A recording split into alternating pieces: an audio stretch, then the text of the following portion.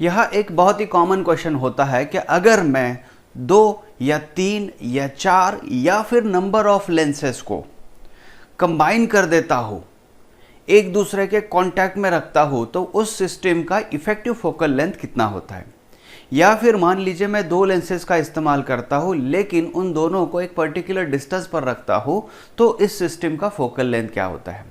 उसी को जानने के लिए हम लोग इस थ्योरी को एग्जाम सीरीज के अंदर डिस्कस कर लेते हैं। मान लीजिए मेरे पास 2 लेंसेस है या फिर 3 लेंसेस है, तो यहाँ एक लेंस मैंने कंसीडर कर लिया, वैसे ही दूसरा लेंस जो कि मैंने इसके कांटेक्ट में ला दिया है। तीसरा लेंस भी मैं मान के चलता हूँ, चलो ठीक है, एक मैं कुछ इस तरीके से कंसीडर करता हूँ।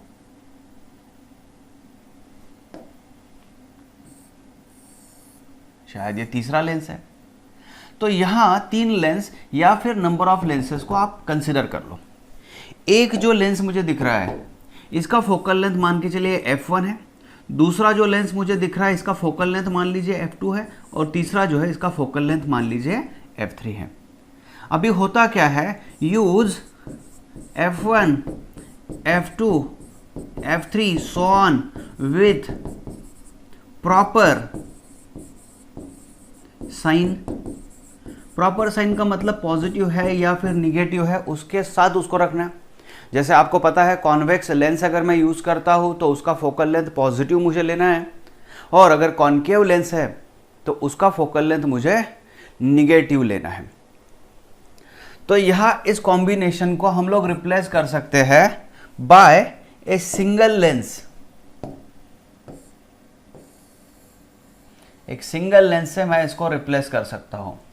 अच्छा, इसका फोकल लेंथ कितना, तो मान लीजिए इसका फोकल लेंथ f मिलने वाला है। इसमें भी देखिए पॉसिबिलिटीज़ क्या है। अगर फोकल लेंथ मुझे पॉजिटिव मिलता है, मतलब जो सिस्टम है वो सिस्टम किस तरीके से काम करेगी, सिस्टम विल बिहेव एज और will act as convex lens. और अगर मुझे निगेटिव मिल जाता है तो जो सिस्टम है will act as concave lens. तो भी इफेक्टिव फोकल लेंथ निकालते कैसे है, या फिर ऐसे भी हो सकता है, ये तीसरा कॉम्बिनेशन भी हो सकता है कि अगर मुझे इनफाइनाइट मिल जाए, मतलब जो सिस्टम है will act as plane glass, will act as plane glass. चलिए ये देखते हैं कि value of f, effective value focal length की कैसे निकालते हैं। इफेक्टिव इस सिस्टम की जो फोकल लेंथ होगी वो कैसे निकालते हैं। तो फॉर्मूला ये है 1/f is equal to 1/f1 plus 1/f2 plus 1/f3 plus so on. जैसा कि मैंने आपको बताया, यहाँ पर कई सारे लेंसेस मैंने रखे हैं, लेकिन जो लेंसेस रखे हैं वो लेंसेस यहाँ पर कांटेक्ट में रखे हुए हैं, एक दूसरे के कांटेक्ट में रखे हुए हैं। जैसे ही कांटेक्ट में मैं रखता हूँ तो मेरे पास इसको रिप्लेस करने वाली जो सिस्टम चाहिए उसका फोकल लेंथ मुझे निकालना है। तो उसके लिए फॉर्मूला है 1/f is equal to 1/f1 plus 1/2 plus 1/f3। और मैंने हालांकि पहले ही आपको दे दिया है कि f1 f2 f3 जो भी हो उनके पॉजिटिव और निगेटिव साइन के साथ आपको उसको इस्तेमाल करना होता है। एक बार आप उसको इस्तेमाल कर ले, आपको फोकल लेंथ वहाँ पर मिल जाएगी। इसी को अगर हम लोग पावर की टर्म में डिफाइन करते हैं तो हमें पता है रेसिप्रोकल ऑफ फोकल लेंथ जो होता है वो पावर होता है। तो power is equal to P1 plus P2 plus P3 plus so on. हालांकि देखिए पावर जो कंसिस्टेंटली हम कंसीडर कर लेते हैं, तो पावर के बारे में एक चीज़ आप जान लो, यहाँ पर पावर को डिफाइन किया जाता है, लेंस की पावर को डिफाइन किया जाता है 1/f, लेकिन फोकल लेंथ को मेजर किया जाता है इन मीटर। और इसका जो यूनिट होगा वो होता है डायोप्टर, या फिर आप कैपिटल D इस्तेमाल कर सकते हो। लेकिन कैलकुलेशंस के लिए मैं सजेस्ट करूंगा कि आप पावर को इस्तेमाल कीजिए 100 divided by f in centimetre. हालांकि इसका यूनिट भी जो होगा वो डायोप्टर ही होगा, लेकिन कैलकुलेशंस के लिए देखिए आपको कई बार पता होगा कि फोकल लेंथ जो दी जाती है that focal length is always given in terms of centimetre. तो क्यों मैं पहले उसको मीटर में कन्वर्ट करूं फिर आंसर निकालो? So better way 100 divided by F को ले लीजिए। इफ टू लेंसेस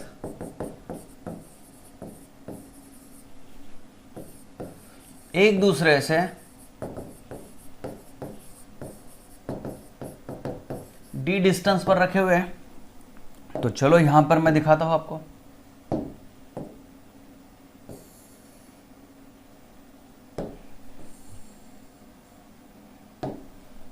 यहां पर इन दोनों के बीच का जो डिस्टेंस है ये मैंने ले लिया d। इसका फोकल लेंथ f1 होगा, इसका फोकल लेंथ मान लीजिए f2 होगा।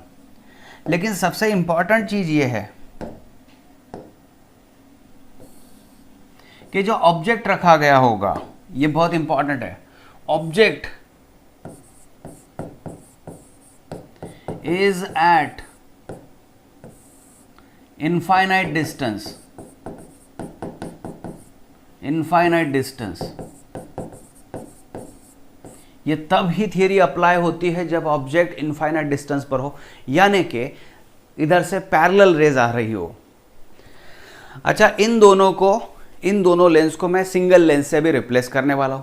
लेकिन उसके लिए फॉर्मूला क्या है? जो सिंगल लेंस आएगा, ठीक है, जो सिंगल लेंस होने वाला है वो कितना होने वाला है? तो चलिए सिंगल लेंस का फोकल लेंथ मान के चलिए f है। सिंगल लेंस जो होगा कैपिटल F होगा।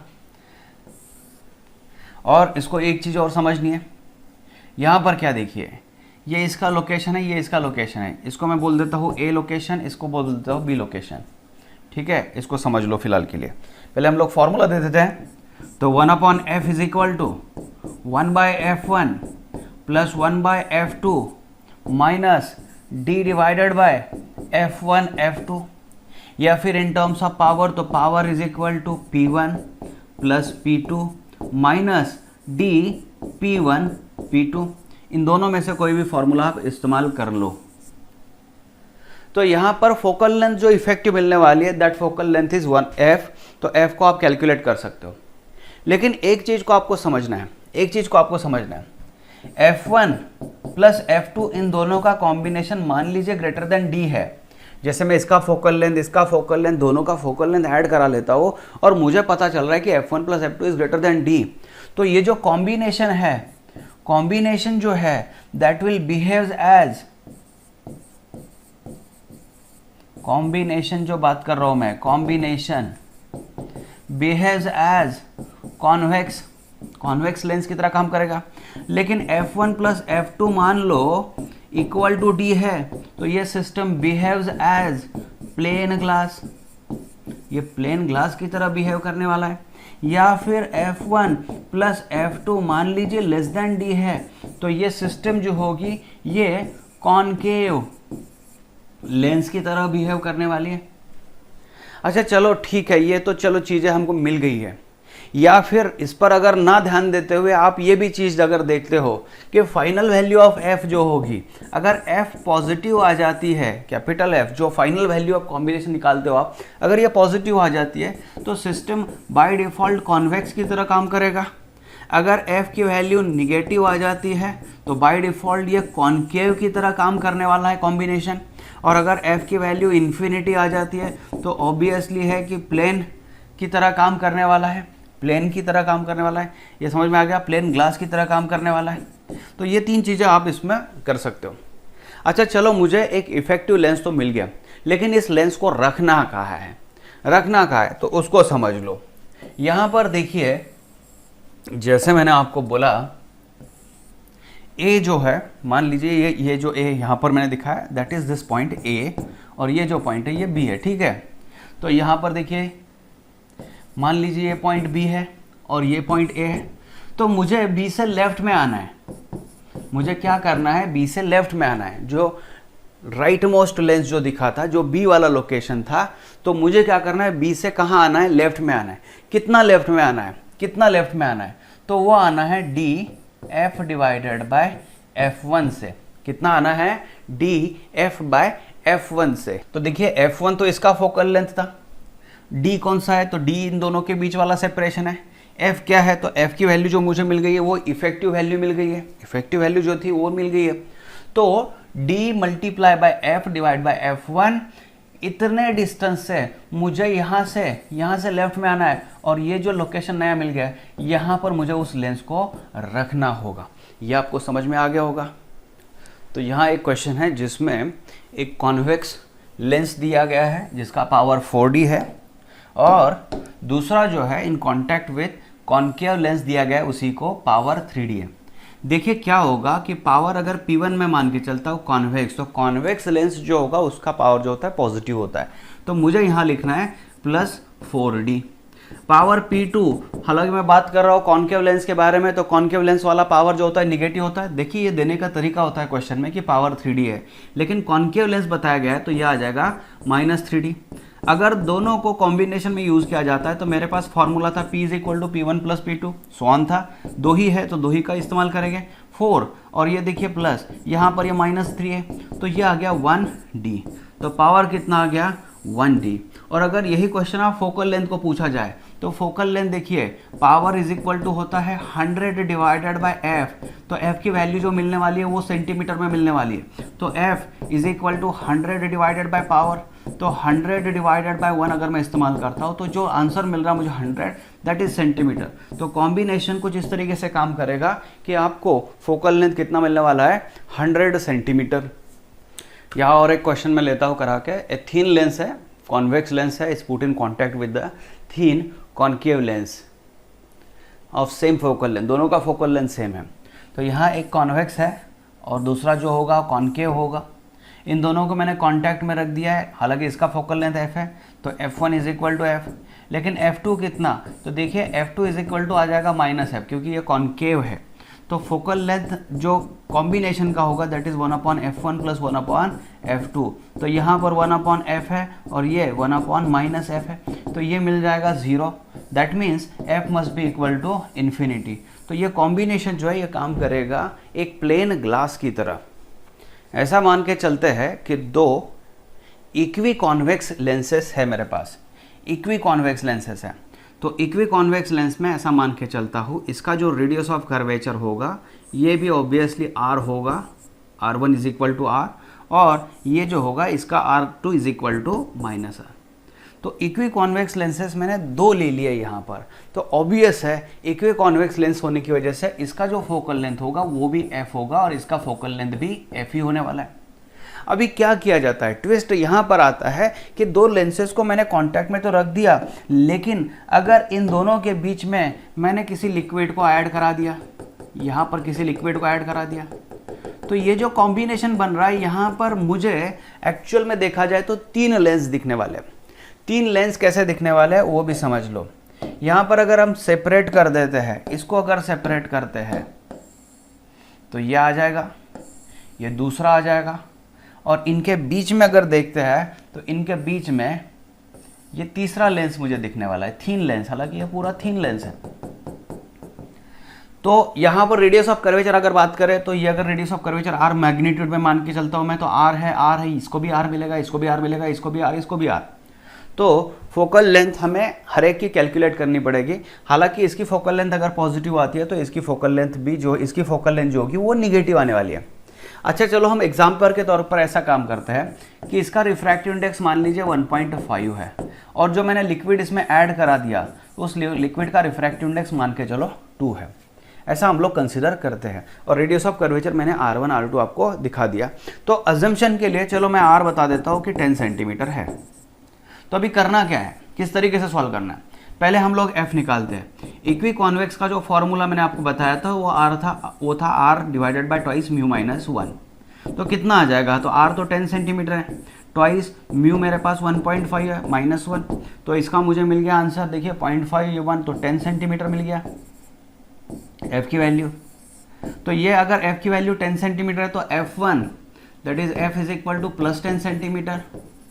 ये जो होगा चलो F1 मिल गया तो ये F3 मान के चलता हूँ। तो ऑब्वियसली दोनों लेंस तो सेम ही है, सेम ही मटेरियल से तैयार किए गए हैं। रिफ्रैक्टिव इंडेक्स इसका भी 1.5 ही ले लीजिए यहाँ पर 1.5, तो इसका भी आंसर मुझे मिल जाएगा +10 सेंटीमीटर।